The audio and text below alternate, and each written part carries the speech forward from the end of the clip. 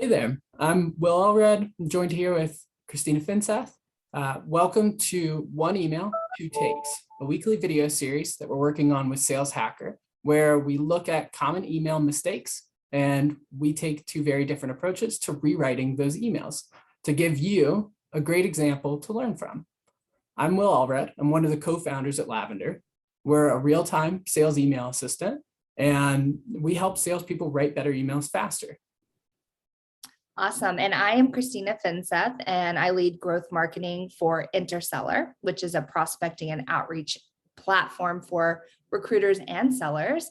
I'm also an advisor at Lavender. So I get the pleasure of chatting with Will all the time about emails, even when we're not running this series. So Will, let's dig into this email. I want to see what we're working with.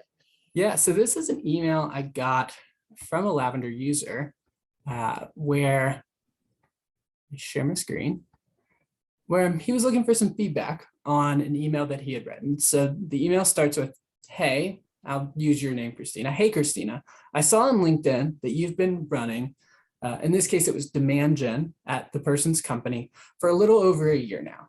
Something that stood out when researching you all is how strikingly similar your traffic and bounce rate was to another similar company, and then included the monthly site traffic rates. So around 100,000 monthly visitors and about a 72% bounce rate. But when the similar company switched over to a 24/7 live chat model, the bounce rate went from 72% to 55% in just 30 days, not to mention a 55% jump in demos booked. Don't see why we couldn't do something similar for you all if you'd be interested in learning more. Regardless, nice going on that X million dollar Series B you raised a few weeks ago. Exciting times ahead. So one of the things that I loved about this email was how personalized it was. Like, I could not have sent this to another person, but there's some things that like really stood out to me. One is like the obvious email no of, I saw you have X title, X company. That is like a red flag as far as any email goes. Christina, I feel like you're. Yeah, I know who I am, like the validation might be nice some days, I'm not gonna lie, but yeah, there's no reason, like, I just think it's wasted real estate there. Yep. Yeah, so. And one thing you probably noticed as I was reading it out loud was this you all, and you could easily have just said you in the plural or gone a little bit more informal and said y'all, but like it created this moment where I'm trying to read it out loud. And I always encourage people to read their emails out loud before they send them, because if I'm getting tripped up trying to read it, your reader is certainly going to get tripped up trying to read it back. So we can dig into some rewrites, but I think the main things that we're going to focus on here is the length. So yeah, I've had the chance of taking a look at Christina's rewrite as well, which is actually stellar, as well as my own. And what we really focus on is simplicity and just shortening the email overall. So let's start with my email here. So I took some notes just to make sure I covered everything. But the first thing I noticed is just like, instead of telling them what they do and where they work, let's focus on not burying the personalization. You've done the research around how much traffic goes to their site, what their bounce rate looks like. I'm going to bring that information to the surface within that first paragraph. Really what I'm trying to do is bring that to the top within that preview text so that it has a higher likelihood of driving an open.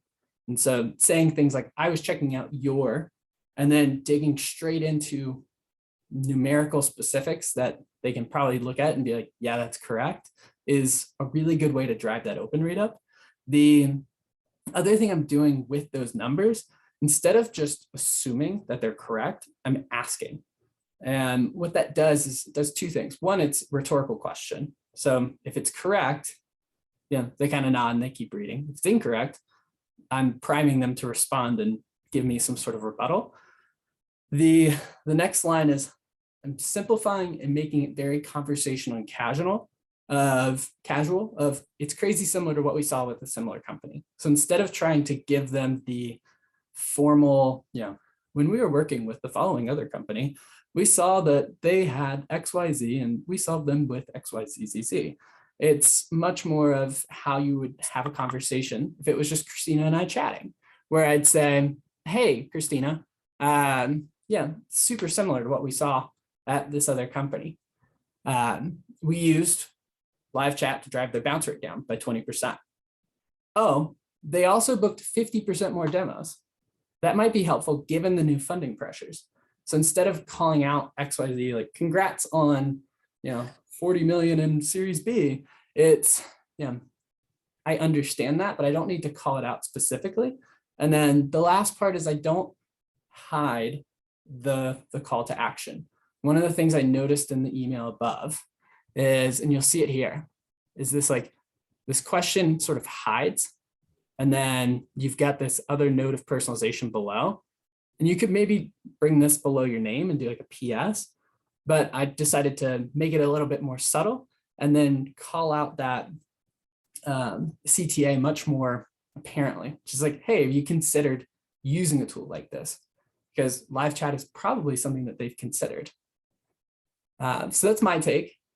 Christina, you took a different take, and I loved it because you actually lasered in on this initial piece that I finished with.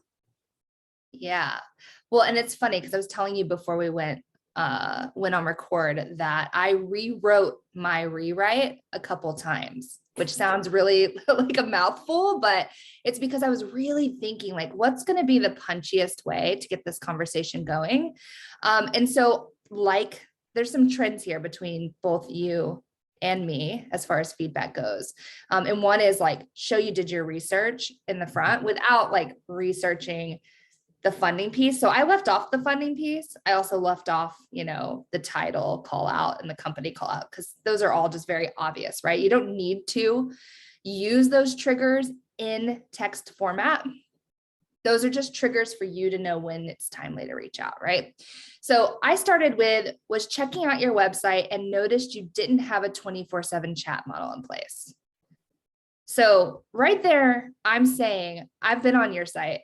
It looks like you don't have 24/7 chat because I went into your chat that you have, or maybe you don't have chat at all. And it didn't look like that was the case. I put in a chat at 10 o'clock at night and it said it would get back to me in the next morning, right? Mm-hmm. So I'm showing right there that I've done my research.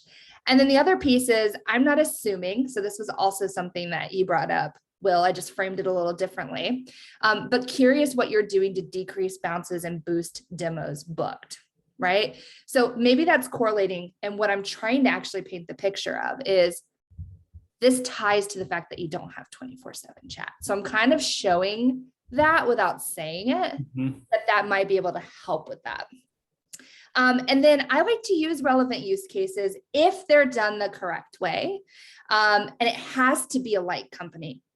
Like it literally has to be a light company for you to play this card. Yeah. And you have to lead with the value or outcome that you're providing before saying how you help them achieve it. Like that's just, it's got to be that way.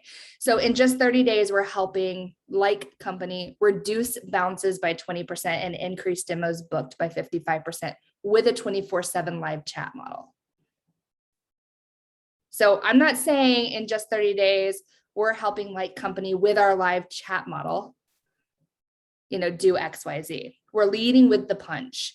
And then I just like to keep it simple. Are you open to exploring how we can help your company do the same? Right. Mm-hmm. So I tried to keep it pretty simple, but I think, while both of our rewrites are really different, I think there's some trends there that we're just kind of packaging in different ways. Yeah. Well, and just rereading through yours here and comparing it to mine, one of the things that I got wrapped up in is that research that, I see that you've got XYZ stats on your company page and, you've got this book rate and bounce rate, site traffic. What's interesting about that is like you're actually adding complexity to email. Like I was adding too much complexity. So I love your rewrite. And if I was going to tell someone to use one, I would actually pick yours because like we see it within our own product data. 70% of emails are written at or beyond a 10th grade reading level. And the challenge that you have to put on yourself is reducing that down as much as possible. And so it's not that Christina can't read at a 10th grade reading level, it's she doesn't have time. So putting it down to a 5th grade reading level, we've seen the data, it increases your chance of getting a positive response by 31%. And just removing the analytical numbers of, do you have this site traffic? Are you seeing these numbers?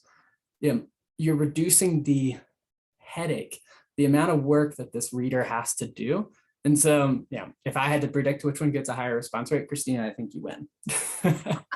You know what, though, when I said I had to rewrite my rewrite, it's because I was also getting caught in those weeds. And then I was like, nah, this feels weedy. I'm going to figure out how to pull those weeds, right? So yeah, and turn it into lavender. I love it. I love it. Pull those weeds and turn it into lavender. That's what we're leaving you with. Well, this is our first email rewrite. So if you like things, if there's things you'd like us to focus on, by all means, comment, add different topics that you'd like us to chat about, send it over to Sales Hacker. We're in constant communication with them as well. But appreciate it. And we'll be back next week with some more email rewrites.